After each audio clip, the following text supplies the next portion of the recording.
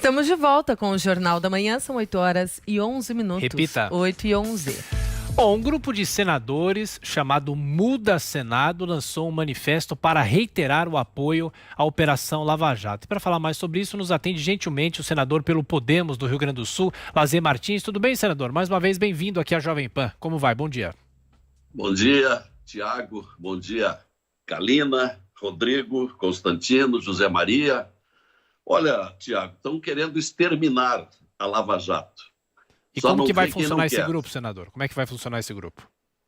Sim. Então nós fizemos o seguinte, fizemos uma reunião do grupo Lava Jato, do grupo Muda Senado, tentando ajudar a salvar a Lava Jato. Ontem comemoramos 1 ano da existência do grupo Muda Senado e decidimos algumas providências, entre elas a produção de um manifesto que distribuímos para a imprensa ontem, repudiando várias ações que estão sendo percebidas aí, decisões inéditas durante o recesso do Supremo Tribunal Federal, algumas decisões da segunda turma do Supremo Tribunal Federal, o comportamento do senhor Procurador-Geral da República, Augusto Aras, alguns comunicadores, enfim, é uma trama, é uma preparação para desgastar, por exemplo, o chefe da operação da Força Tarefa, o Dallagnol.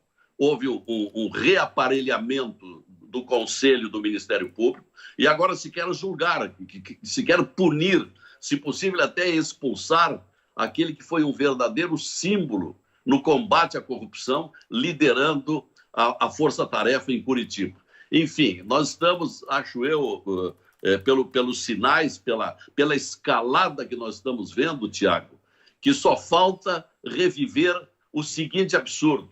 Daqui a pouco se colocar na cadeia, se anular todas as suas sentenças e condenar o Sérgio Moro e colocar na presidência da República aquele que foi o grande autor da roubalheira no Brasil. E aí, Franz Kafka, se ainda vivesse, faria uma obra-prima sobre o absurdo.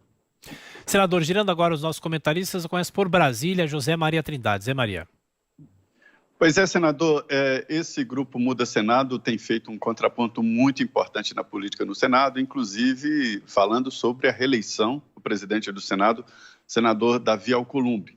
Mas a grande novidade em termos de movimentação jurídica política é a decisão da segunda turma, retirando a delação do Palocci do processo lá do Lula, no caso do terreno do Instituto.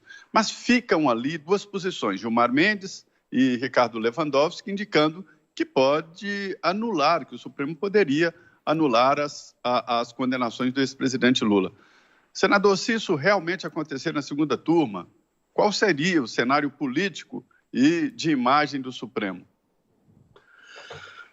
Olha, Zé Maria, é assustador isso que nós estamos vendo e que você revive aí muito bem. Então, se retira depoimento do Palocci, se alivia a situação do Lula. Depois deve surgir um outro processo com relação, nesse sentido, de desgastar o processo de Atibaia. E daqui a pouco se anulam todas as sentenças contra o Lula é novo candidato à presidência da República, apesar de tudo que fez, de tudo que desviou e que proporcionou e que comandou nesse Brasil. O que eu posso dizer, Zé Maria? É hora da sociedade se manifestar. Eu tenho tentado há horas, desde que cheguei no Senado, um projeto, uma PEC, para mudar a sistemática da indicação dos ministros do Supremo. Porque o que nós continuamos vendo e vimos durante todo o período Lula-Dilma foi o aparelhamento do Supremo, a indicação de gente que os beneficiasse depois. Aí estão os resultados. Lewandowski, o Dias Toffoli, o Gilmar Mendes é anterior, mas a história de Gilmar Mendes nós conhecemos bem. Tem um pedido de impeachment do doutor Carvalhosa, onde ele relaciona 32 fatos que justificam o impeachment do Gilmar Mendes. Nós temos um Supremo Tribunal Federal na contramão de tudo aquilo que se deseja de uma Suprema Corte. Bom, agora a pergunta de Rodrigo Constantino para o senador Lazer Martins. Constantino. Bom dia, senador. Em primeiro lugar, parabéns pelo trabalho. O senhor escreveu recentemente um texto no Poder 360, onde o senhor diz exatamente isso, que o senador Alcolumbre, por exemplo, domina demais a pauta e que isso seria, inclusive, um poder demasiado e antidemocrático, nas suas palavras. E o senhor cita agora o Supremo, que a gente conhece essa configuração e a insatisfação popular. A pergunta que eu lhe faço é o que nós podemos fazer como população, uma vez que precisa passar pelos senadores, pelo presidente do Senado, e o que acontece? Muitos devem ter rabo preso, não sei, muitos estão aí acuados e não têm coragem de levar adiante o pedido de impeachment de um ministro desses, pelo menos, né? Então, o que nós, como população, podemos fazer, senador? População reagindo e sendo orientada por artigos e reportagens, como vocês têm feito na Jovem Pan. Eu li o seu artigo, Rodrigo, no domingo passado, eu li o seu artigo no jornal Zero Hora, em que você propõe impeachment já, em que você propõe que se alguém que está com todas as condições para ser impeachado é o Dias Toffoli, por tudo que ele tem feito, o homem que foi funcionário, que trabalhou com o José Dirceu e que colocou na rua o José Dirceu. Eu repito, a escalada é muito grande e parece que tem muita gente que não percebeu. É preciso estancar esse andamento. Com relação à tentativa do Alcolumbre de se reeleger, é outro absurdo. A Constituição do país proíbe, mas já há uma preparação aí no sentido de convencer os senadores a votar pela aprovação. Já há também um pedido do PTB lá no Supremo, que caiu nas mãos do decano. E nós estamos na expectativa de qual vai ser a decisão dele. O Alcolumbre, ao qual eu ajudei muito na sua campanha para a presidência do Senado, tem sido uma decepção. Ele não muda nada. Ele arquiva tudo, ele descumpre a Constituição, que diz que quando entra um pedido de impeachment, ele tem que, mesmo que submeta um parecer do advogado do Senado, esse parecer do advogado tem sido sempre pelo arquivamento, ele é apenas opinativo. O presidente do Senado tem obrigação regimental de submeter à mesa do Senado o pedido de impeachment, mas ele não o faz. E eu sei isso de ciência própria porque eu sou integrante da mesa, sou segundo vice-presidente do Senado e não tivemos, vejam bem, durante todo o ano de 2019, não tivemos nenhuma, isso é histórico, é inédito, nenhuma reunião da mesa do Senado. Portanto, não há oportunidade para se discutir nada. E é esta situação que nós estamos levando. Mas por isso que nos reunimos ontem, o Muda Senado é minoria, lamentavelmente.